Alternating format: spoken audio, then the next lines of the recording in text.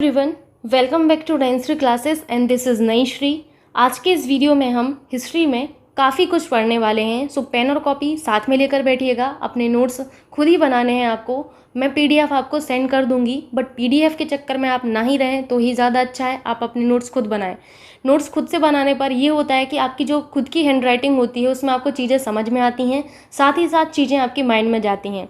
आज के इस वीडियो में हम मुस्लिम लीग, पार्लियामेंट सुधार, होम रूल लीग, थियोसॉफिकल सोसाइटी, गांधी जी और उनके प्रारंभिक आंदोलनों को देखने वाले हैं। ये सभी टॉपिक ऐसे हैं जो कहीं ना कहीं आपके एग्ज़ाम के लिए बहुत ही ज़्यादा महत्वपूर्ण होते हैं, ना केवल पेट एग्ज़ाम के लिए, अदर एग्ज़ाम्स के लिए भी। मैंने कंटेंट को और बाकी सभी चीज़ों को इसी तरीके से रखा हुआ है कि आज आप इन टॉपिक को अगर पढ़ लेंगे तो आपको अदर एग्ज़ाम के लिए कुछ भी नहीं करना है, बस आपको रिविज़न करना है और प्रैक्टिस करनी है। इनफ होगा आपके लिए। सो आइए देखते हैं। सबसे पहले हम देखेंगे मुस्लिम लीग को। आपको ये देखना है मुस्लिम लीग में कि मुस्लिम लीग का गठन कब किया गया था, किसने किया था, कहाँ किया था, इनका हेडक्वार्टर कहाँ पर बनाया गया था। बस इतना ही आपके लिए महत्वपूर्ण है और इतनी ही चीज़ें आपको याद रखनी होंगी। आइए देखते हैं। सबसे पहले आपको चीज़ों को, जैसे मैं स्टोरी के फॉर्म में आपको बताती हूँ कि ये हुआ, फिर उसके बाद ये हुआ, तो आपको बार बार उन चीज़ों को रिमाइंड करना है अपने अंदर। हिस्ट्री को याद करने का यही तरीका होता है। अगर हम देखें कि मुस्लिम लीग का गठन कब किया गया था, तो मुस्लिम लीग का गठन आपका 1906 में किया गया था। कब? 1906 में किया गया था, याद रखिएगा। अगर हम बात करें कि मुस्लिम लीग का गठन किसने किया था, तो याद रखिएगा सलीमुल्लाह खान ने किया था। किसने? सलीमुल्लाह खान ने।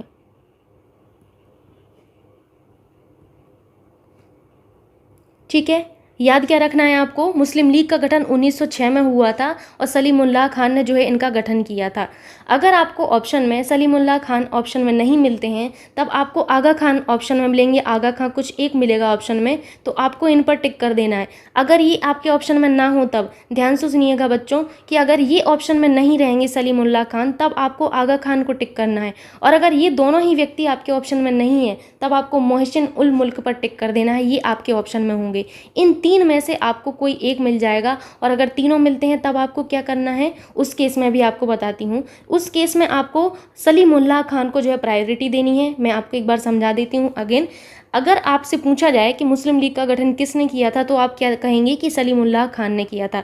अगर ये आपके ऑप्शन में नहीं, आपको ऑप्शन में आगा खान दिया गया है और अदर तीन लोग दिए गए हैं, तो आपको आगा खान पर टिक करना है। अगर आगा खान और सलीमुल्लाह खान दोनों ही ऑप्शन में नहीं है, तब आपको मोहसिन उल मुल्क जो है ऑप्शन में दिए रहेंगे। और अगर ये तीनों ही ऑप्शन में हैं, तब आप किसको प्रायोरिटी देंगे प्यारे बच्चों? तब आपको प्रायोरिटी देनी है सलीमुल्लाह खान को, यानी इनको प्रायोरिटी देनी है आपको। प्रायोरिटी 2 किनको देंगे? दूसरी नंबर पर प्रायोरिटी आगा खान को देंगे, तीसरे नंबर पर प्रायोरिटी हम मोहसिन उल मुल्क देंगे। ठीक है, आई होप आप इस चीज़ को समझ गए होंगे। इन्होंने जो स्थापना की थी, सलीमुल्लाह खान ने, आपकी जो है मुस्लिम लीग की, तो इन्होंने जो स्थापना की थी वो कहाँ पर की थी? ढाका में की थी, याद रखिएगा। जबकि इनका हेडक्वार्टर जो बनाया गया था वो आपके लखनऊ में बनाया गया था। सो इतनी चीज़ें आपको याद रखना है। अब जो यहाँ पर लिखा गया है मैं उसको आपको एक बार समझा देती हूँ। ध्यान से देखिएगा तो आपको चीज़ें बिल्कुल समझ में आएंगी। जिस तरीके से मैंने बताया है, आपको बस वही एक माइंड में रखना है। अक्टूबर 1906 आगा खां के नेतृत्व में मुस्लिमों के शिमला प्रतिनिधिमंडल में से एक ऐसा केंद्रीय मुस्लिम सभा गठन करने का विचार किया गया, जिसका उद्देश्य मुसलमानों के हित का संरक्षण हो। इसी विचारण के अनुरूप ढाका में संपन्न अखिल भारतीय मुस्लिम शैक्षिक सम्मेलन के दौरान दिसंबर 1906 में इस सम्मेलन के स्वागत समिति के अध्यक्ष और राजनीतिक बैठकों के संयोजक ढाका के नवाब सलीमुल्लाह खान ने अखिल भारतीय मुस्लिम लीग के गठन का प्रस्ताव किया। लखनऊ में मुस्लिम लीग का मुख्यालय बनाया गया और आगा खां इसके प्रथम अध्यक्ष बनाए गए। तो आपको यहाँ से क्या क्या जानने को मिला कि हमारी स्थापना कब हुई थी? 1906 में हुई थी। फिर से सुनिएगा, मुस्लिम लीग की स्थापना 1906 में हुई थी। बार बार आप सुनेंगे, बार बार आप पढ़ेंगे, तभी आपको चीज़ें याद रहेंगी। बस मेरे साथ आप बने रहिए, मैं आपको सारी चीज़ें तैयार करवा दूंगी। अब बात आती है कि इनकी स्थापना किसने की थी, तो आप क्या कहेंगे? इनकी स्थापना की थी सलीमुल्लाह खान ने की थी। किसने? सलीमुल्लाह खान ने की थी। अगर ये ऑप्शन में नहीं होंगे तो आपको क्या मिलेगा? आगा खान मिलेगा। आगा खान नहीं होंगे तो मोहसिन उल मुल्क मिलेगा। मैंने तीनों चीज़ें आपको समझा दी हैं। अगर हम बात करें इनकी स्थापना कहाँ पर की गई थी? ढाका में की गई थी। कहाँ पर? ढाका में। हेडक्वार्टर इनका कहाँ पर बनाया गया था? तो लखनऊ में इनका हेडक्वार्टर बनाया गया था। अगर हम देखें कि आपके मुस्लिम लीग का जो प्रथम अध्यक्ष था वो किन्हें बनाया गया था, तो आपका आंसर होगा क्या? आगा खान। ठीक है, आगा खां जो हैं इनके प्रथम मुस्लिम अध्यक्ष बनाए गए थे, ये आपको याद रखना है, वेरी वेरी इंपॉर्टेंट। सो ये रहा मुस्लिम लीग के बारे में। अभी मूव करते हैं नेक्स्ट टॉपिक जो कि होगा हमारा मार्ली मिंटो सुधार। देखते हैं मार्ली मिंटो सुधार क्या होता है, आपको बिल्कुल चुटकियों में समझ में आ जाएगा, आपको ज़्यादा कुछ इसमें सोचना नहीं है। देखिए, लॉर्ड कर्जन के स्थान पर 1905 में कौन थे? लॉर्ड कर्जन थे। इन्हीं के टाइम पर आपका क्या हुआ था? बंगाल विभाजन हुआ था। सारी चीज़ें मैं ऑलरेडी आपको बता चुकी हूँ, आपको याद होंगी। तो 1905 में बंगाल विभाजन हुआ था, तो कर्जन के स्थान पर जो है आपके लॉर्ड मिंटो को जो है वायसराय नियुक्त किया गया और जॉन मार्ले को भारत का सचिव नियुक्त किया गया। इन दोनों के द्वारा, लॉर्ड मिंटो और जॉन मार्ले के द्वारा भारत में जो सुधार किए गए, इन सुधारों को सम्मिलित रूप से मार्ली मिंटो सुधार कहा गया। फिर से सुनिएगा, समझ आ जाएगा आपको। 1905 में लॉर्ड कर्जन के स्थान पर आपके लॉर्ड मिंटो को भारत का वायसराय नियुक्त किया गया था और जॉन मार्ले को भारत का सचिव। इनके द्वारा जो सम्मिलित रूप से सुधार किए गए, इनको मार्ली मिंटो सुधार कहा गया, या फिर इनको भारतीय परिषद अधिनियम 1909 भी कहा गया। ये दोनों एक ही हैं, आपको कंफ्यूज नहीं होना है। मार्ली मिंटो सुधार में आपको आगे एक चीज़ जानने को मिलेगी कि इनका ड्रॉबैक क्या रहा है, इनका दोष क्या रहा है, इस वजह से मार्ली मिंटो सुधार आपके सफल नहीं हो पाए थे। आइए देखते हैं, मैंने आपको क्या समझाया कि जो मार्ले थे, जॉन मार्ले, इनका पूरा नाम क्या था? जॉन मार्ले। सबसे ज़्यादा महत्वपूर्ण ये है कि जॉन मार्ले को जो है क्या नियुक्त किया गया था भारत में, तो आपका आंसर होना चाहिए भारत का सचिव। क्या? भारत का सचिव। अगर मैं आपसे पूछूं कि लॉर्ड मिंटो कौन थे, तो आपको आंसर करना चाहिए कि लॉर्ड मिंटो जो हैं इनको भारत का वायसराय नियुक्त किया गया था। यही आपसे पूछा जाता है। मैं आपको समझाती हूँ क्वेश्चन कैसा आता है एग्जाम में। क्वेश्चन ये आता है कि मार्ले मिंटो सुधार में आपके जॉन मार्ले क्या थे और लॉर्ड मिंटो क्या थे। तो लॉर्ड मिंटो वायसराय थे, जबकि आपके मार्ले जो थे वो भारत के सचिव थे। आपको समझ में आ गया मैं क्या कहना चाह रही हूँ? मैं ये कह रही हूँ कि क्वेश्चन आपसे परीक्षा में ऐसा आता है बच्चों कि मार्ले मिंटो सुधार जो आपके थे, इन मार्ले मिंटो सुधार में मार्ले कौन थे और मिंटो कौन थे? तो मार्ले जो थे वो भारत के सचिव थे, जबकि मिंटो जो थे, मिंटो, ये मिंटो है, ठीक है, जो मिंटो थे वो भारत के वायसराय थे। क्या थे? भारत के वायसराय थे। इनको वायसराय के पद पर नियुक्त किया गया था। इतनी चीज़ें आपको समझ में आई। किसके स्थान पर इनको नियुक्त किया गया था? तो लॉर्ड कर्जन के स्थान पर इनको नियुक्त किया गया था। कर्जन के बारे में आपको सभी चीज़ें पता है, इन्हीं के शासनकाल में बंगाल विभाजन आपका हुआ था। ठीक, अब आपको इतनी चीज़ समझ आ गई। अब बात करते हैं ये जो मार्ले मिंटो सुधार है, मार्ले मिंटो सुधार को आपका जो है क्या कहा गया? इनको कहा गया भारतीय परिषद अधिनियम 1909। ठीक है, क्योंकि मार्ले मिंटो सुधार आपके कब हुए? ये 1909 में हुआ। वेरी वेरी इंपॉर्टेंट, एग्जाम में यही पूछा जाता है आपसे, मार्ले मिंटो सुधार आपका कब हुए? तो आपको याद रखना है कि मार्ले मिंटो सुधार 1909 से संबंधित हैं। या फिर परीक्षा में प्रश्न ऐसा आता है कि मार्ले मिंटो सुधार बिल किस वर्ष पारित किया गया? आंसर क्या होगा? वर्ष 1909 में आपके पारित किए गए थे। इस तरीके से प्रश्न आता है आपके मार्ले मिंटो सुधार से। आई होप आप समझ गए होंगे। आइए देखते हैं नेक्स्ट पॉइंट। आपको यहाँ पर देखने को मिलेगा कि ब्रिटिश संसद द्वारा पारित संवैधानिक सुधार, जिन्हें औपचारिक रूप से भारतीय परिषद अधिनियम 1909 कहा गया, सामान्यतः मार्ले मिंटो सुधार के नाम से प्रसिद्ध हैं। इनका ड्रॉबैक क्या रहा? जो मैं आपको बता रही थी कि इन्होंने जो है एक ऐसी बात कही दी थी जिस वजह से इनका जो है काफ़ी ज़्यादा विरोध हुआ था। इन्होंने जो है मुसलमानों के लिए पृथक निर्वाचन मंडल की व्यवस्था की बात कही थी। किसके लिए? मुसलमानों के लिए। ठीक है, मुसलमानों के लिए इन्होंने पृथक निर्वाचन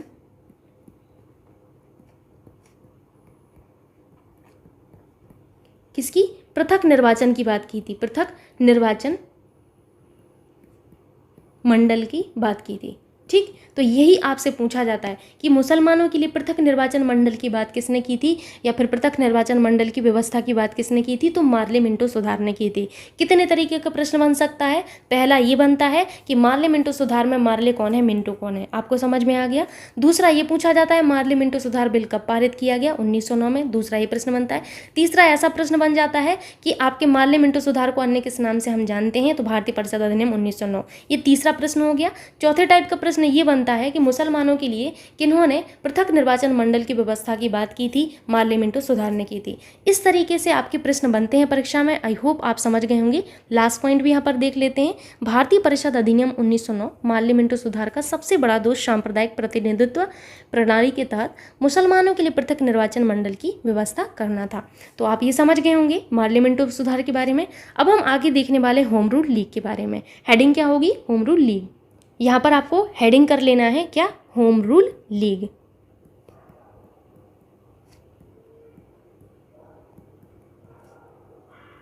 ठीक, होम रूल लीग में आपको याद रखना है, होम रूल लीग जब भी आपको मन में आए तो ये आपको याद रखना है कि होम रूल लीग का संबंध दो व्यक्तियों से है। एक तो है आपके बाल गंगाधर तिलक जी और एक है आपकी एनी बेसेंट मैम।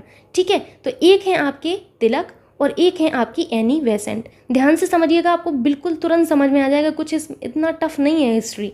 ठीक, लिंक करके पढ़िए चीज़ों को, इसके बाद क्या हुआ, 1905 के बाद क्या हुआ, 1907 के बाद क्या हुआ, 1907 में क्या क्या हुआ, इस तरीके से आप पढ़ेंगे तो आपको बहुत हेल्प मिलेगी और मैं यही कोशिश कर रही हूँ आपको पढ़ाने के लिए। और एक चीज़ और मैं आपको बोलना चाहती हूँ कि अगर आपको किसी चीज़ में डाउट होता है तो पहले आप उस चीज़ को क्रॉस चेक कर लिया करिए। कुछ इस तरीके से इल्ज़ाम टाइप जो होता है वो आप लोग बाद में लगाया करिए, पहले चेक कर लिया करिए कि क्या ये सच में गलत है या सच में सही है। तो देख लिया करिए एक बार आप लोग, उसके बाद आप बोलेंगे तो कोई प्रॉब्लम वाली बात नहीं है। ठीक है, तो यहाँ पर आपको याद रखना है होम रूल लीग में कि होम रूल लीग से संबंध आपका दो व्यक्तियों का था। एक तो था आपके तिलक जी का, एक था आपका एनी बेसेंट मैम का।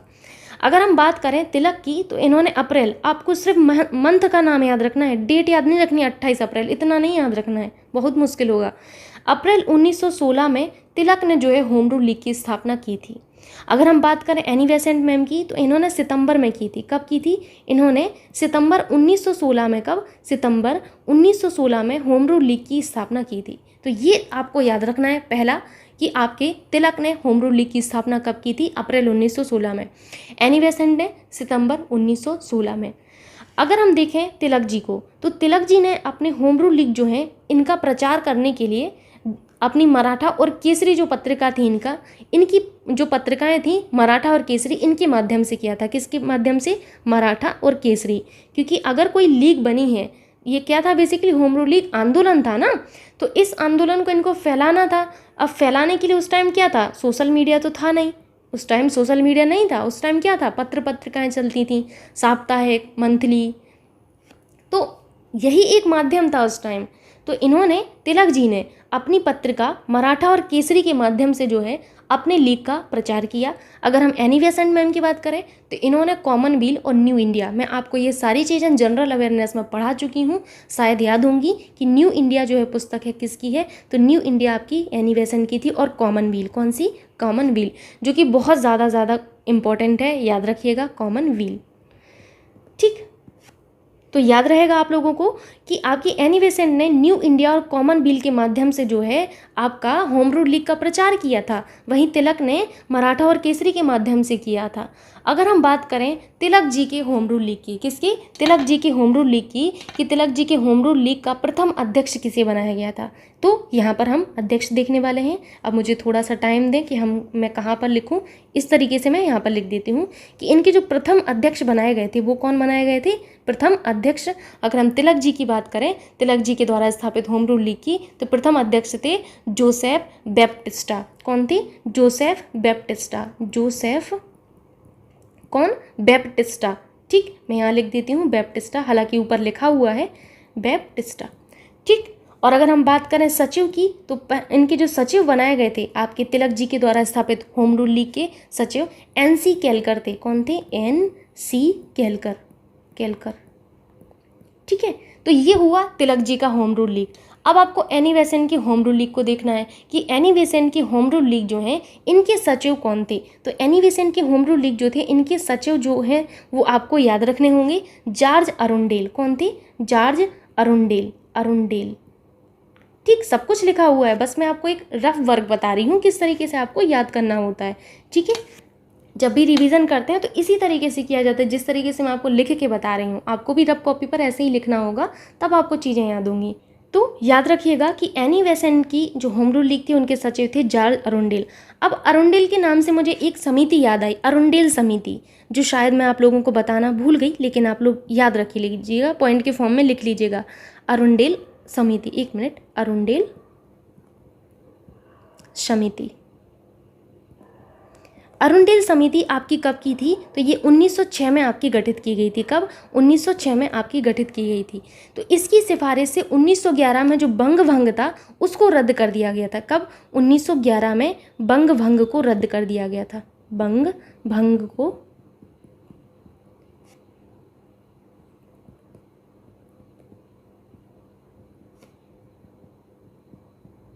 किसकी सिफारिश पर? अरुणडेल समिति की सिफारिश पर। महत्वपूर्ण है, अब आप लोगों को याद रख लेना है, लिख लेना है जहाँ पर भी आपको जगह मिले।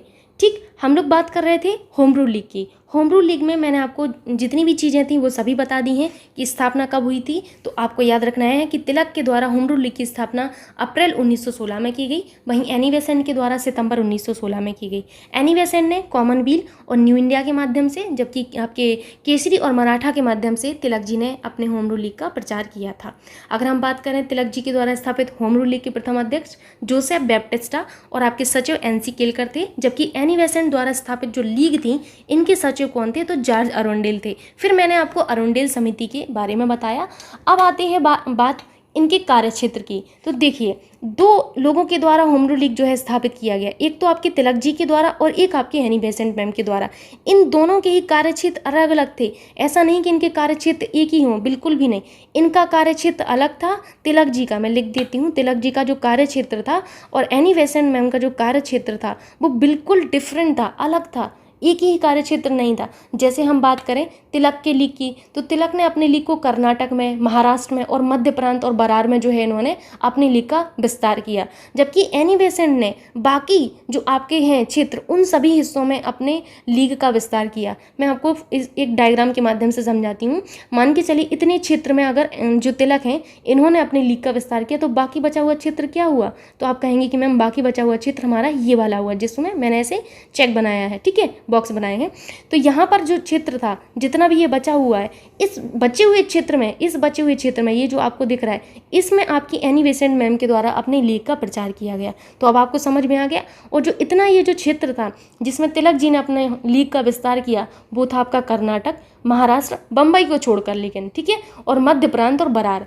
ठीक, ये चीज़ आपको याद रखना है। और दोनों ही लीगों का विलय नहीं हुआ था। बहुत सारे लोगों को लगता है कि इनका आगे चल के विलय हो गया, तो ऐसा कुछ भी नहीं है। दोनों ही लीग बिल्कुल सेपरेट थी और दोनों ही इनका कार्यक्षेत्र अलग था। इनका कभी भी विलय नहीं हुआ। ठीक, तो ये सारे पॉइंट आपको यहाँ पर लिखे हुए मिल जाएंगे। मैं एक बार रीड कर देती हूँ ताकि आप लोगों को प्रॉब्लम ना हो।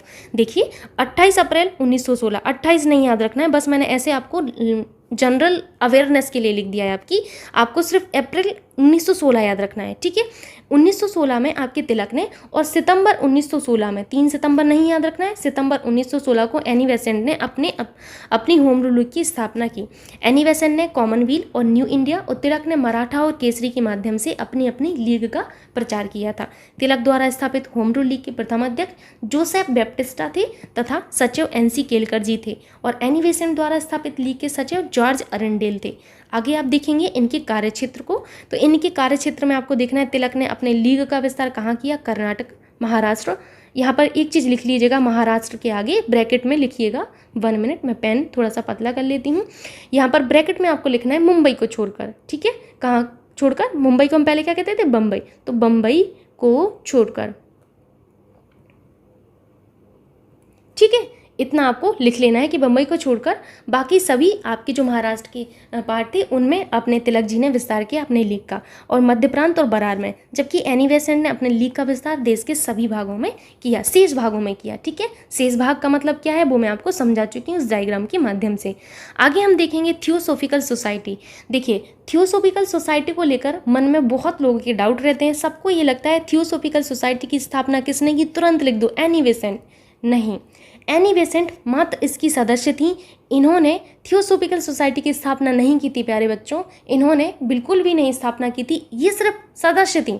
अगर हम देखें थियोसॉफिकल सोसाइटी की स्थापना कब की गई थी, तो इनकी स्थापना 1875 में की गई थी। कब? 1875 में की गई थी। किसके द्वारा? तो ये याद रखना है, मैडम ब्लावेट्स्की और एक और थे कर्नल अलकाट।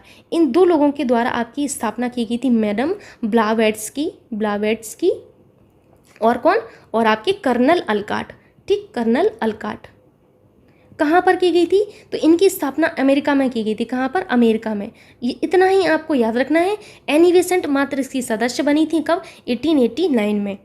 समझ में आया आप लोगों को? एक बार मैं फिर से समझा देती हूँ अगर नहीं समझ में आया तो।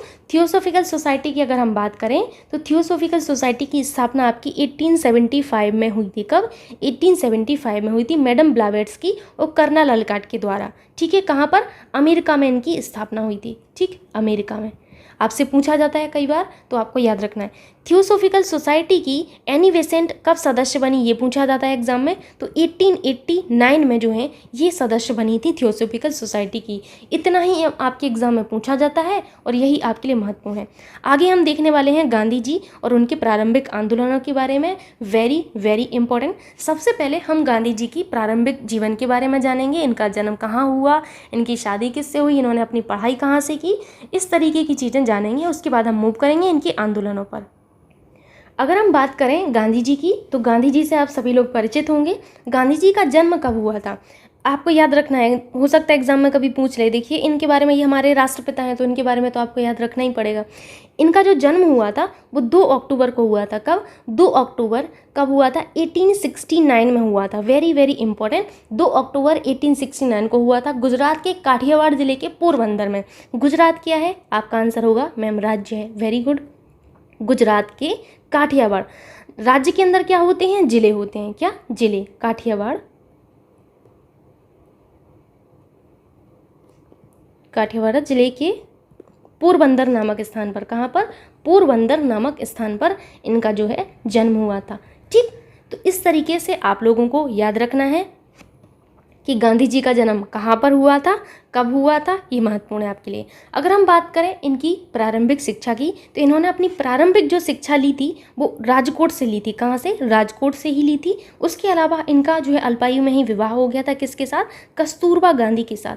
कस्तूरबा गांधी जी के साथ इनका विवाह हो गया था, याद रखिएगा। ठीक, उसके बाद गांधी जी के 4 पुत्र थे। आप लोगों को ये भी याद रखना है। गांधी जी के कितने पुत्र थे? 4 पुत्र थे। कौन थे? मैं यहाँ पर लिख देती हूँ। हरीलाल, अगर आप लोग इच्छुक हैं तो बिल्कुल लिख सकते हैं। हरीलाल, मणिलाल, हरीलाल, मणिलाल। और कौन थे? और एक और पुत्र थे देवदास, और एक और पुत्र थे इनके जिनका नाम था रामदास। तो ये जो है 4 पुत्र थे रामदास। ठीक है, रामदास, हरीलाल, मणिलाल, देवदास, रामदास। ठीक, ये 4 पुत्र थे किसके? गांधी जी के। 4 पुत्र, याद रखिएगा। गांधी जी ने अपनी जो पढ़ाई है वो ब्रिटेन के द इनर टेम्पल नामक कॉलेज से की थी। मैं प्रारंभिक शिक्षा की बात नहीं कर रही। प्रारंभिक शिक्षा जो होती है वो इन्होंने की थी कहाँ से? राजकोट से। अगर हम बात करें कॉलेज की पढ़ाई की, तो इन्होंने जो कॉलेज की पढ़ाई की थी वो कहाँ से की थी? ब्रिटेन के द इनर टेम्पल नामक कॉलेज से की थी। महत्वपूर्ण है, आप लोगों को याद रखना है। ये सभी चीज़ें लिखी हुई हैं, बस मैं लिख रही हूँ ताकि आपकी नज़र जाए उन चीज़ों पर। द इनर टेम्पल, कहाँ से? द इनर टेम्पल नामक कॉलेज से इन्होंने अपनी जो है कॉलेज की पढ़ाई की थी। ये कहाँ पर है? ये ब्रिटेन में। कहाँ पर है? ब्रिटेन में, याद रखिएगा। ठीक, फिर इसके बाद इसको मैं हटा देती हूँ। इसके बाद आती है बात 1893 की। मन में आता होगा ये अफ्रीका क्यों गए, तो मैं बता देती हूँ आपको। 1893 की बात आती है तो 1893 में ये दादा अब्दुल्ला, दादा अब्दुल्ला, अब्दुल्ला, ये कौन थे दादा अब्दुल्ला? ये जो है एक गुजराती व्यापारी थे। दादा अब्दुल्ला कौन थे? गुजराती व्यापारी।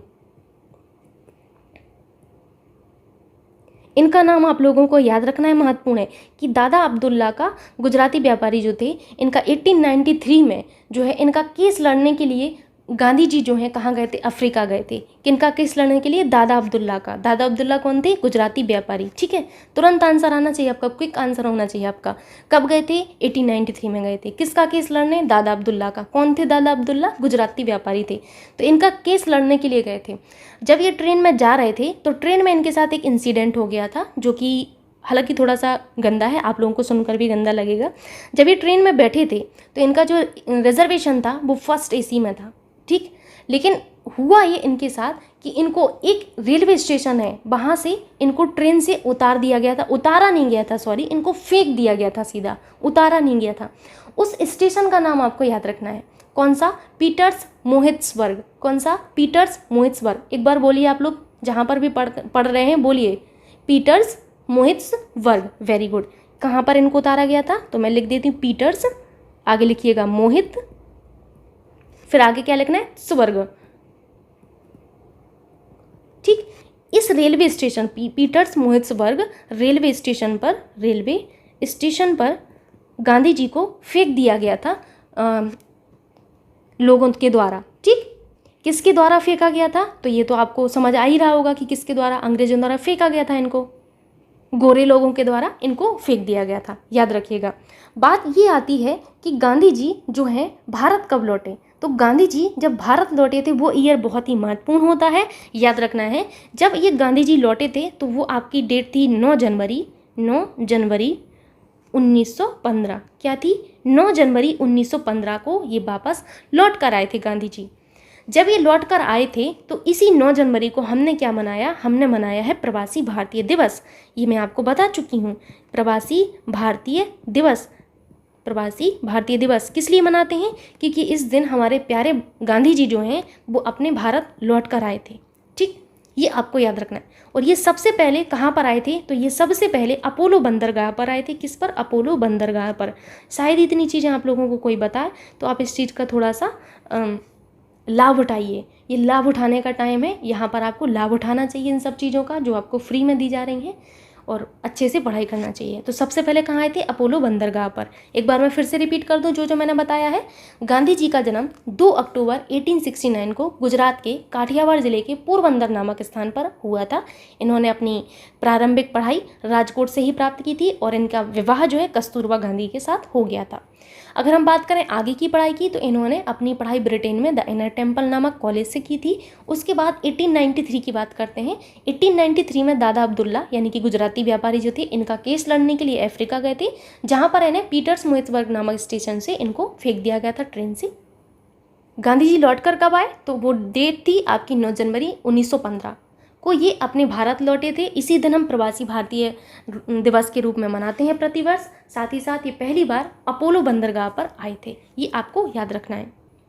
इन्होंने 22 वर्ष अफ्रीका में ही बिताए थे। एग्जाम में आपसे पूछा जाता है कई बार, गांधी जी ने कितने वर्ष अफ्रीका में बिताए? तो 22 वर्ष अफ्रीका में बिताए।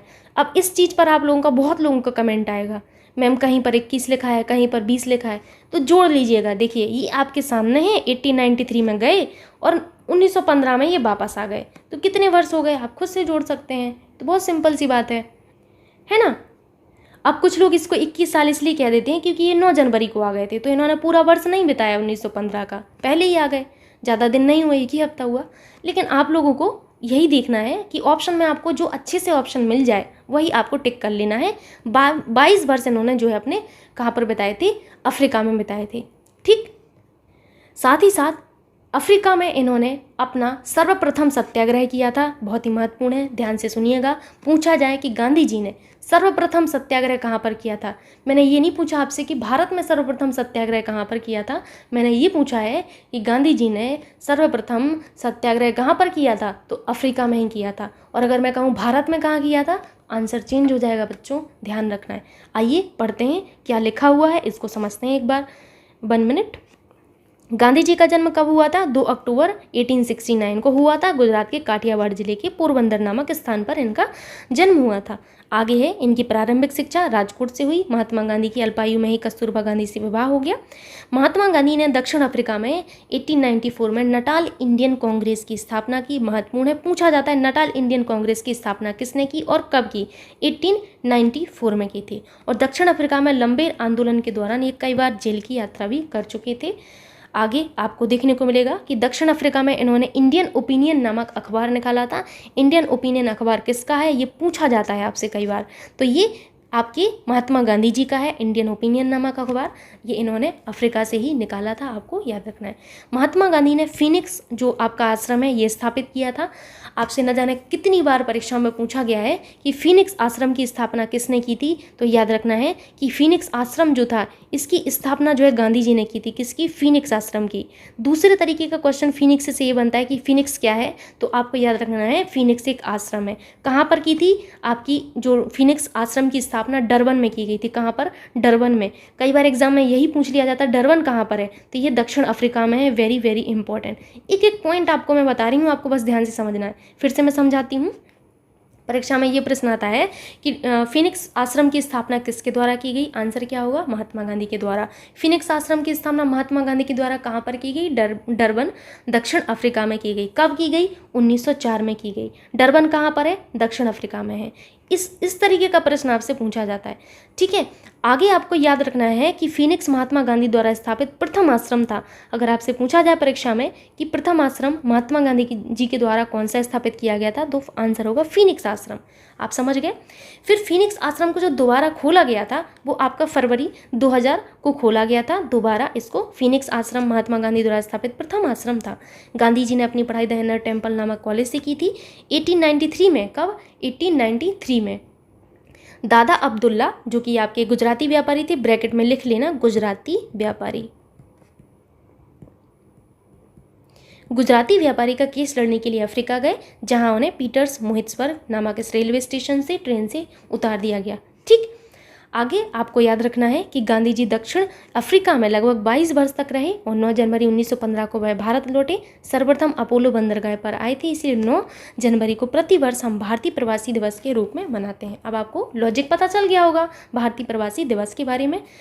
अब बात आती है कि गांधी जी ने अपना राजनीतिक गुरु किसे माना था। वेरी वेरी इंपॉर्टेंट, प्लीज़ याद रख लीजिएगा। जितनी चीज़ें आपको बताई जा रही हैं ना वो बहुत ही महत्वपूर्ण है।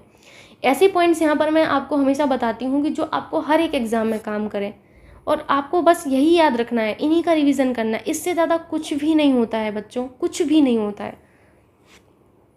याद रखिएगा कि गांधी जी ने अपना राजनीतिक गुरु गोपाल कृष्ण गोखले को माना था। किसको? गोपाल कृष्ण गोखले को माना था। ठीक है, गोपाल कृष्ण गोखले को माना था। तो ये परीक्षा में आपसे पूछा जाता है कि गांधी जी ने अपना राजनीतिक गुरु किसे माना। अब आपको पता चल गया, गोपाल कृष्ण गोखले जी को माना। ठीक, महत्वपूर्ण पॉइंट है। नेक्स्ट, महात्मा गांधी ने सर्वप्रथम 1901 में आयोजित कांग्रेस के कलकत्ता अधिवेशन में भाग लिया। ये तो मैं आपको बता चुकी हूँ, भारतीय राष्ट्रीय कांग्रेस में, जहाँ पर मैंने भारतीय राष्ट्रीय कांग्रेस के लिए आपको टेबल बनवाई थी, वो पेज खोलिए अपना और वहाँ पर देखिए, ये मैंने आपको बताया हुआ है कि 1901 में आपका एक अधिवेशन हुआ था कांग्रेस का। कहाँ पर? कलकत्ता में अधिवेशन हुआ था। कहाँ पर? कलकत्ता में, जिसकी अध्यक्षता दिनशा बाचा ने की थी। किसने? दिनशा बाचा ने की थी। दिनशा बाचा कौन थी? तो मैं आपको ये भी बता चुकी हूँ कि दिनशा बाचा कौन थी। ठीक है, तो दिनशा बाचा की अध्यक्षता में ये आपका जो है अधिवेशन हुआ था, जिसमें गांधी जी ने भाग लिया था। ये आपसे पूछा जाता है, सर्वप्रथम गांधी जी ने कांग्रेस के किस अधिवेशन में भाग लिया? तो 1901 के अधिवेशन में। सर्वप्रथम गांधी जी ने कांग्रेस के किस अधिवेशन में भाग लिया और कहाँ पर हुआ? तो ये कलकत्ता में हुआ, जिसकी अध्यक्षता किसने की? दिनशा बाचा ने। 3 तरीका का प्रश्न यहाँ से बन सकता है। कैसा? मैं बताती हूँ। गांधी जी ने सर्वप्रथम कांग्रेस के किस अधिवेशन में भाग लिया? कलकत्ता अधिवेशन में। गांधी जी द्वारा जो है कांग्रेस के कलकत्ता अधिवेशन में भाग लिया गया। यह कब हुआ? तो ये 1901 में हुआ। गांधी जी द्वारा कांग्रेस के द्वारा जो अधिवेशन है कलकत्ता अधिवेशन, इसमें भाग लिया गया। यह किसके द्वारा जो है आपका किया गया? तो आपको याद रखना है, इसकी अध्यक्षता दिनशा बाचा ने की। ऐसा आपसे प्रश्न बनता है जो कि आपको तीनों तरीके से याद रखना है। आगे आपको ये देखना है कि गांधी जी के जीवन पर सबसे ज़्यादा प्रभाव जो पड़ा था वो किसकी जीवनी का पड़ा था? तो टॉलस्टॉय और हेनरी डेविस थोरो, ये 2 व्यक्ति आपको याद रखना है, टॉलस्टॉय और आपके हेनरी डेविस थोरो, इनके जीवन का प्रभाव पड़ा था। राजनीतिक गुरु गोपाल कृष्ण गोखले को माना, जबकि इनके जीवन पर टॉलस्टॉय और हेनरी डेविस थोरो के जीवन का प्रभाव पड़ा। आप थोरो याद रख लीजिएगा, मैंने थोरो याद रखा था, टॉलस्टॉय और थोरो, बस इतना बहुत है। उसके बाद आपका लास्ट पॉइंट है कि गांधी जी ने सर्वप्रथम सत्याग्रह अफ्रीका में किया था। अब हम यहाँ पर गांधी जी के कुछ आंदोलन पढ़ने वाले हैं, कुछ सत्याग्रह पढ़ने वाले हैं। सत्याग्रह का मतलब क्या होता है? सत्याग्रह का मतलब होता है सत्य के लिए आग्रह। क्या? सत्य के लिए आग्रह। ठीक, तो आप लोगों को सबसे पहले याद रखना है चंपारण सत्याग्रह। आपसे परीक्षा में यही पूछा जाता है कि चंपारण सत्याग्रह कब हुआ? तो 1917 में हुआ। कई बार आपसे क्रम लगाने को दे दिया जाता है, चंपारण सत्याग्रह का, खेड़ा आंदोलन का और अहमदाबाद मिल मजदूर आंदोलन का। तो इन सभी को आप जान जाएंगे कि कैसे आपको क्रम लगाना होगा ईयर वाइज। ठीक है, चंपारण सत्याग्रह कब हुआ था? 1917 में। ये जो है आपके गांधी जी को द्वारा भारत में किया गया पहला सत्याग्रह था। यही आपसे एग्जाम में पूछा जाता है कि गांधी जी के द्वारा भारत में किया गया पहला सत्याग्रह कौन सा था? चंपारण सत्याग्रह था, जो कि आपके 1917 में हुआ था।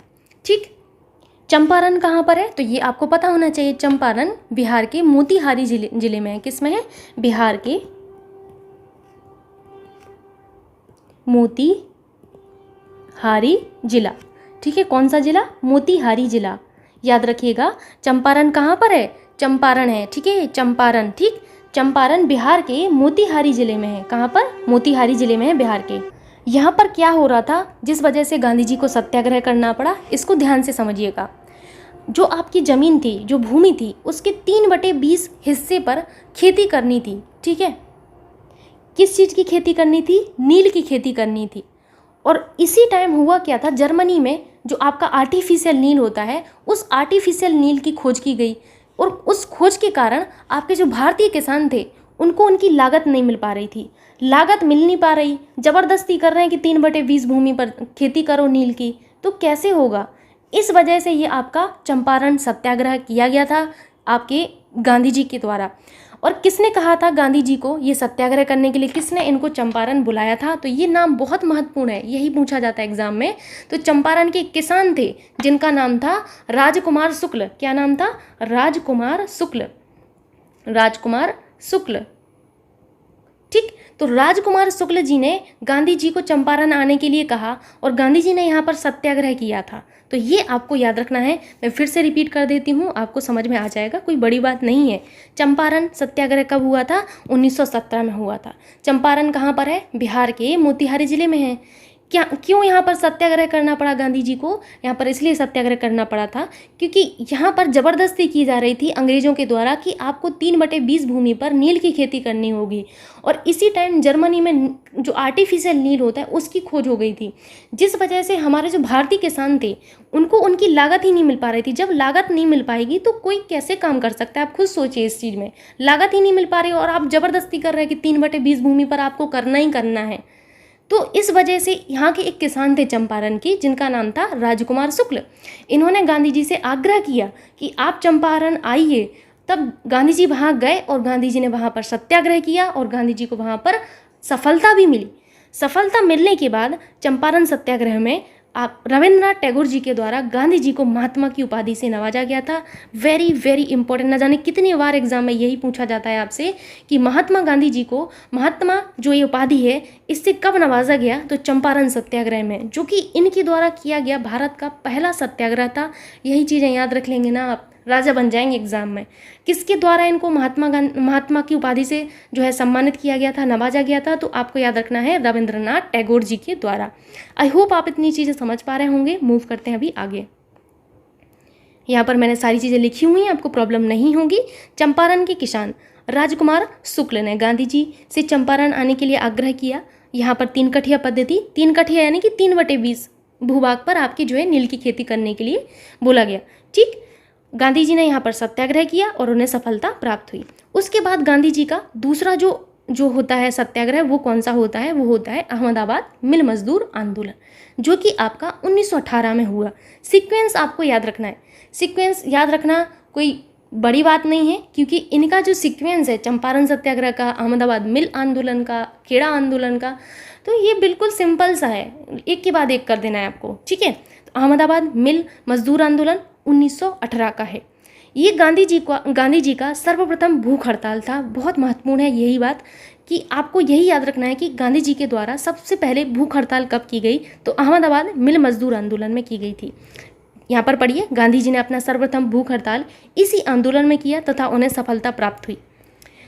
अब बात आती है कि यहाँ पर आने के लिए किसने इनको कहा था, किसने इनको जो है आग्रह किया था अहमदाबाद मिल मजदूर आंदोलन में आने के लिए?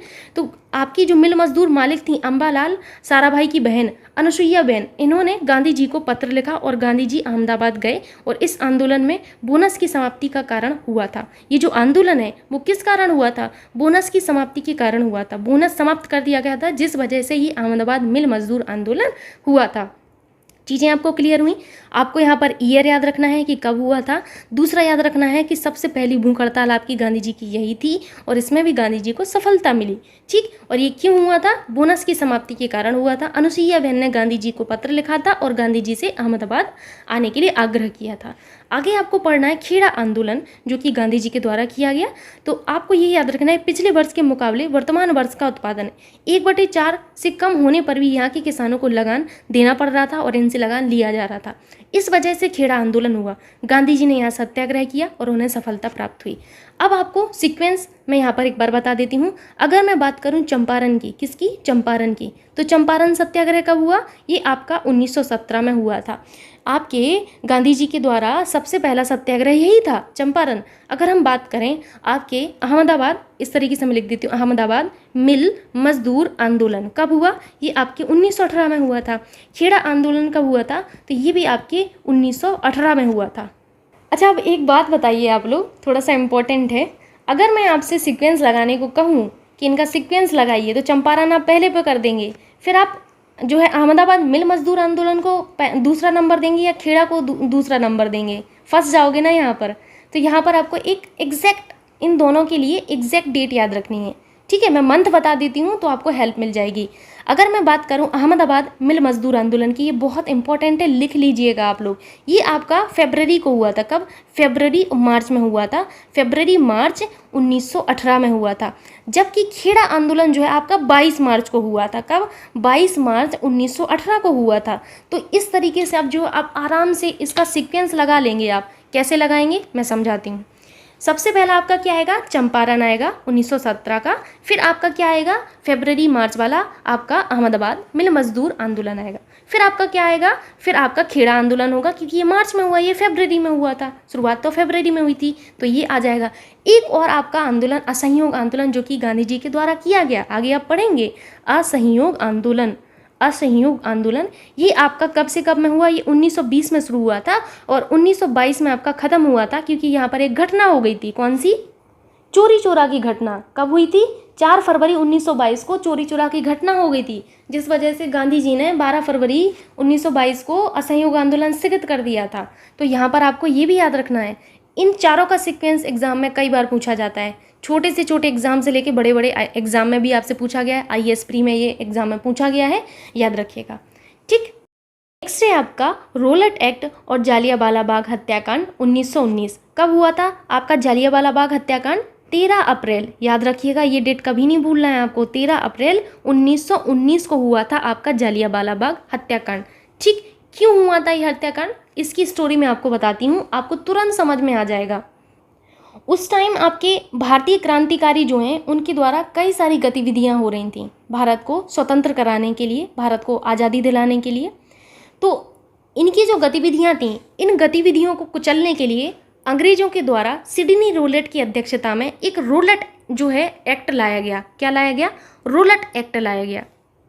किसकी अध्यक्षता में? सिडनी रोलेट की अध्यक्षता में एक रोलेट एक्ट लाया गया, जिसे क्या कहा गया? इसको काला कानून कहा गया। क्या कहा गया? काला कानून। क्यों कहा गया? अभी आप जानेंगे कि क्यों कहा गया काला कानून। और बिना अपील, बिना वकील, बिना दलील का कानून कहा गया। क्या कहा गया? बिना अपील, बिना अपील, बिना दलील, बिना वकील, ठीक है, बिना वकील, बिना वकील का कानून इसको कहा गया। क्या कहा गया? इसको ध्यान से पढ़िएगा।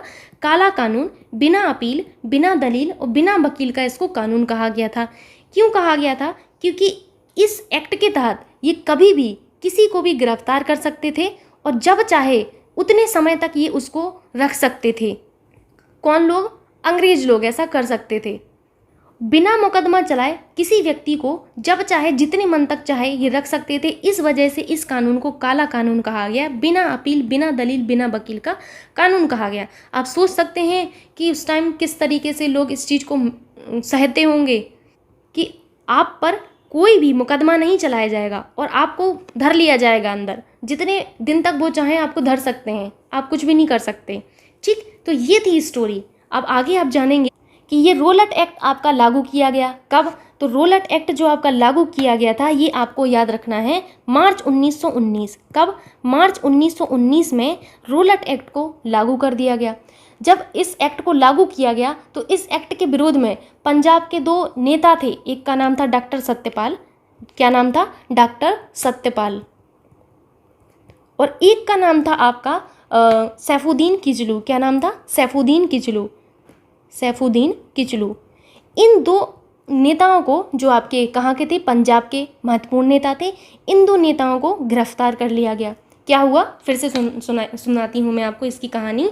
जलियांवाला बाग और रोलेट एक्ट का किस तरीके से आपस में संबंध है, सुनिएगा, सिडनी रोलेट एक व्यक्ति थे। तो वर्ष 1917 की बात है। वर्ष 1917 में सिडनी रोलेट की अध्यक्षता में एक एक्ट गठित किया गया, एक जो है समिति गठित की गई सबसे पहले। फिर इन्होंने एक एक्ट लाया जिसको इन्होंने क्या नाम दिया, इसको इन्होंने नाम दिया रोलेट एक्ट। क्या नाम दिया? रोलेट एक्ट इन्होंने नाम दिया। ठीक, क्या नाम दिया? Rowlatt Act. समिति गठित 1917 में की गई, पर आपकी रोलेट एक्ट कब लाया गया? ये आपका 1919 में लाया गया। ठीक, तो याद रखिएगा कि आपकी कमेटी तो गठित की गई थी 1917 में, लेकिन रोलेट एक्ट आपका कब लाया गया था? 1919 में लाया गया था। किस लिए लाया गया था Rowlatt Act? Rowlatt Act Bharat में जो क्रांतिकारी गतिविधियां हो रही थी उस टाइम आपके क्रांतिकारियों के द्वारा, उन सबको कुचलने के लिए लाया गया था। इसमें होता ये था, आपके रोलेट एक्ट के तहत किसी भी व्यक्ति को बिना मुकदमा के जब तक चाहें वो रख सकते थे। इस वजह से इसको कहा गया काला कानून, बिना अपील, बिना वकील, बिना दलील का कानून कहा गया। ठीक, उसके बाद मार्च 1919 में, कब? मार्च 1919 में रोलेट एक्ट को लागू कर दिया गया। किसको? रोलेट एक्ट को लागू कर दिया गया। इसी रोलेट एक्ट के विरोध में पंजाब के, कहाँ के? पंजाब के दो नेता थे। एक का नाम था सत्यपाल, डॉक्टर सत्यपाल, जिनका पूरा नाम है डॉक्टर सत्यपाल, और एक का नाम था सैफुद्दीन किचलू। क्या नाम था? सैफुद्दीन किचलू। सैफुद्दीन किचलू। इन दो व्यक्तियों को जो है गिरफ्तार कर लिया गया था इसी एक्ट के तहत, क्योंकि ये विरोध कर रहे थे इस एक्ट का। ठीक, तो याद रखिएगा कि इसके विरोध के परिणाम स्वरूप पंजाब के दो नेताओं को गिरफ्तार कर लिया गया। इसके बाद 13 अप्रैल, ये मार्च की बात की जा रही, अब मैं अप्रैल में आ गई हूँ। कब? 13 अप्रैल, जिस दिन ये घटना हुई, 13 अप्रैल 1919 को क्या हुआ? 13 अप्रैल 1919 को जलियांवाला बाग नामक स्थान पर एक बैठक बुलाई गई। क्या हुआ? 13 अप्रैल 1919 को एक बैठक बुलाई गई थी। ठीक, कहाँ पर? जलियांवाला बाग नामक स्थान पर बैठक बुलाई गई। इसमें क्या हुआ था? पंजाब के जो जनरल थे, जो थे ओ डायर। कौन थे? O Dyer. इनका नाम डायन होना चाहिए था सही मायने में। ओ डायर के कहने पर आर डायर ने, किसने? आर डायर ने। ठीक, किसने? आर डायर ने। ओ डायर के कहने पर आर डायर ने। अगर आप ओ डायर का पूरा नाम जानना चाहते हैं तो मैं बता देती हूँ। इनका नाम है जनरल रेगिनेल्ड एडवर्ड हैरी डायर। वैसे जानने की कोई ज़रूरत नहीं है, बिल्कुल भी जानने की ज़रूरत नहीं है, और जानिए भी मत, ऐसे लोगों को क्या ही याद रखना। ठीक, तो ओ डायर के कहने पर आर डायर ने क्या किया था? इन्होंने एक निहत्थी जो भीड़ थी, निहत्थी का मतलब क्या होता है? निहत्थी का मतलब होता है जिसके पास कोई हथियार नहीं है, जो बिल्कुल अनप्रिपेयर्ड है, उनको कुछ भी नहीं पता, उनके पास कुछ भी नहीं है, छुरा चाकू बंदूक कुछ नहीं है। तो निहत्थी भीड़ पर इन्होंने गोलियां चला दी, गोलियां चलाई नहीं, बरसा दी। इस वजह से इस वाली जो आपकी बैठक थी, इस बैठक में बहुत सारे लोग जो हैं मारे गए थे, जो बिल्कुल मासूम थे। ठीक, तो ये है आपके जालियांवाला बाग हत्याकांड की कहानी। मैं एक बार और रिपीट करूं, अगर आप लोग की इजाज़त हो एक बार मैं रिपीट कर देती हूँ। रोलेट एक्ट के विरोध में दो नेता थे आपके पंजाब के। कौन थे? डॉक्टर सत्यपाल और सैफुद्दीन किचलू। इन दोनों को गिरफ्तार किया गया, और जिसके विरोध में आपके 13 अप्रैल 1919 को जलियांवाला बाग नामक एक स्थान है जहां पर एक बैठक बुलाई गई। इस बैठक में पंजाब के जनरल ओ डायर के कहने पर आर डायर ने निहत्थी भीड़ पर गोलियां चला दी, जिसमें बहुत सारे लोग जो हैं आपके मारे गए थे। ठीक, इसके बाद आपके कई सारे लोगों ने, जैसे आपके रविन्द्रनाथ टैगोर, शंकरन नायर ने अपनी जो है कुछ पद थे उनसे इन्होंने इस्तीफा दे दिया। जैसे रविन्द्रनाथ टैगोर जो थे, इन्होंने अपनी उपाधि लौटा दी थी, जो कि आपके इनके ब्रिटिश गवर्नमेंट के द्वारा इनको दी गई थी, नाइट की उपाधि। और एक व्यक्ति थे शंकरन नायर, इन्होंने वायसराय की कार्यकारिणी से इस्तीफा दे दिया था। उसके बाद जालियांवाला बाग हत्याकांड की जांच के लिए दो कमेटियां आपकी जो है गठित की गई थी। उससे पहले एक चीज़ बोलना चाहूँगी, थोड़ा सा आपको आसपास नॉइज़ सुनाई देगी क्योंकि बहुत तेज़ बारिश हो रही है, थोड़ा सा इग्नोर करिएगा। टॉपिक को कंप्लीट करना है हमें, यहाँ पर समझना है। तो दो कमेटी जो आपकी गठित की गई थी जालियांवाला बाग हत्याकांड की जांच के लिए, वो कौन कौन सी थी? एक तो थी आपकी हंटर कमेटी। कौन सी थी? हंटर कमेटी थी। ठीक, दूसरी कौन सी थी? दूसरी थी तहकीकात कमेटी। कौन सी? तहकीकात। तहकीकात। ठीक, तो ये दो कमेटियाँ आपको याद रखना है, पहली हंटर कमेटी, दूसरी तहकीकात कमेटी। अब हम बात करें इन दो कमेटियों के बारे में, तो हंटर कमेटी जो है ये आपकी किसके द्वारा गठित की गई थी? ये अंग्रेज़ों द्वारा की गई थी। ठीक है, खुद ही कराए हैं काम और उसके बाद इन्होंने एक कमेटी गठित कर दी। तो अंग्रेज़ों ने हंटर कमेटी गठित की और आपके भारतीयों के द्वारा एक तहकीकात कमेटी जो है गठित की गई थी भारतीयों के द्वारा। ठीक, हंटर कमेटी में आपके शीतलवाड़ा और आपके सुल्तान अहमद, जगत नारायण ये सब लोग थे, जबकि तहकीकात कमेटी में मदन मोहन मालवीय, मोतीलाल नेहरू और गांधी जी थे। ये सभी चीज़ें आपको आगे पढ़ने को मिलेंगी। ठीक है, आइए देखते हैं जो लिखा हुआ है उसको एक बार समझते हैं। भारत में बढ़ रही क्रांतिकारी गतिविधियों को कुचलने के लिए सरकार ने वर्ष 1917 में न्यायाधीश सिडनी लोलेट, कौन, सिडनी लोलेट की अध्यक्षता में एक समिति गठित की, जिसका उद्देश्य आतंकवाद को कुचलने के लिए एक प्रभावी योजना का निर्माण करना था। समझ सकते हैं आप लोग इस चीज़ को। इनके सुझाव पर मार्च 1919 में पारित विधेयक रोलट एक्ट के नाम से जाना जाता है। रोलट अधिनियम के द्वारा अंग्रेज सरकार जिसको चाहे तब तक चाहे बिना मुकदमा चलाए जेल में बंद रख सकती थी। इसीलिए इस कानून को बिना वकील, बिना अपील, बिना दलील का कानून कहा गया और काला कानून कहा गया। और एक चीज़ आपको याद रखना है, जालियांवाला बाग हत्याकांड किसके कार्यकाल में हुआ, ये आपसे बहुत बार एग्जाम में पूछा गया है। तो लॉर्ड चेम्सफोर्ड के कार्यकाल में 1919 में रोलट एक्ट आपका पारित हुआ था, याद रखिएगा। किसके कार्यकाल में आपका रोलट एक्ट पारित किया गया था, लॉर्ड चेम्सफोर्ड। इस एक्ट के विरोध में फरवरी 1919 को गांधी जी ने बम्बई में, कहाँ पर, बम्बई, इसको मुंबई मत करिएगा आप लोग, ठीक है, कहाँ पर, बम्बई में सत्याग्रह सभा का गठन किया और मार्च 1919 में रोलट एक्ट को लागू कर दिया गया तथा इसके विरोध में पंजाब के दो नेता, एक थे आपके डॉक्टर सत्यपाल और एक थे सैफुद्दीन किचलू, इनको गिरफ्तार कर लिया गया। ये सभी चीज़ें मैं आपको दो बार बता चुकी हूँ, अभी थोड़ा थोड़ा आपको याद रहेगा। इनकी गिरफ्तारी के विरोध में 13 अप्रैल 1919, ये डेट नहीं भूलना है आपको, महत्वपूर्ण है, को जलियांवाला बाग नामक स्थान पर एक बैठक बुलाई गई। पंजाब के जनरल ओ डायर के कहने पर आर डायर ने निहत्ती भीड़ पर गोलियां चला दी तथा काफ़ी लोग मारे गए। 13 अप्रैल 1919 को जलियांवाला बाग नरसंहार की हृदय विदारक घटना के बाद रविंद्रनाथ टैगोर ने ब्रिटिश सरकार द्वारा दी गई उपाधि नाइट जो है, इसका जो है वापस कर दिया था, इसका त्याग कर दिया था या वापस लौटा दिया था। ये पूछा जाता है एग्जाम में कि आपकी रविंद्रनाथ टैगोर के द्वारा कौन सी उपाधि थी जो ब्रिटिश गवर्नमेंट के द्वारा दी गई थी, जो इन्होंने जलियांवाला बाग नरसंहार के दौरान लौटा दी थी, तो वो थी नाइट की उपाधि। महत्वपूर्ण है, याद रखिएगा। जलियांवाला बाग हत्याकांड के विरोध में शंकरन नायर ने वायसराय की कार्यकारिणी से इस्तीफा दे दिया था। आगे आप देखेंगे जलियांवाला बाग हत्याकांड की जांच हेतु ब्रिटिश सरकार ने हंटर कमीशन का गठन किया। इस कमीशन में C.H.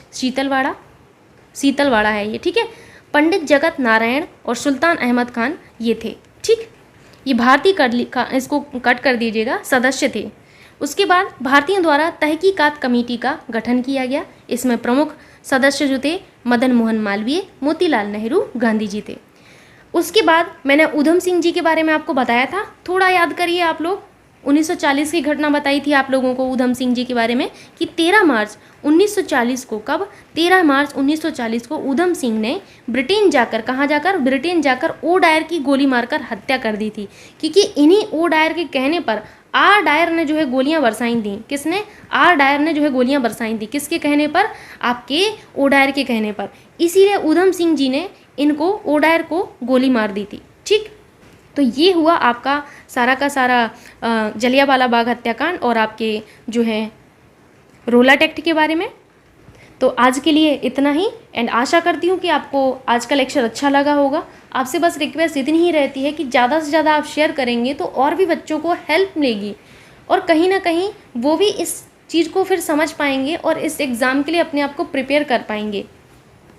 So thank you so much, मिलते हैं नेक्स्ट वीडियो में, तब तक के लिए बाय बाय, टेक केयर।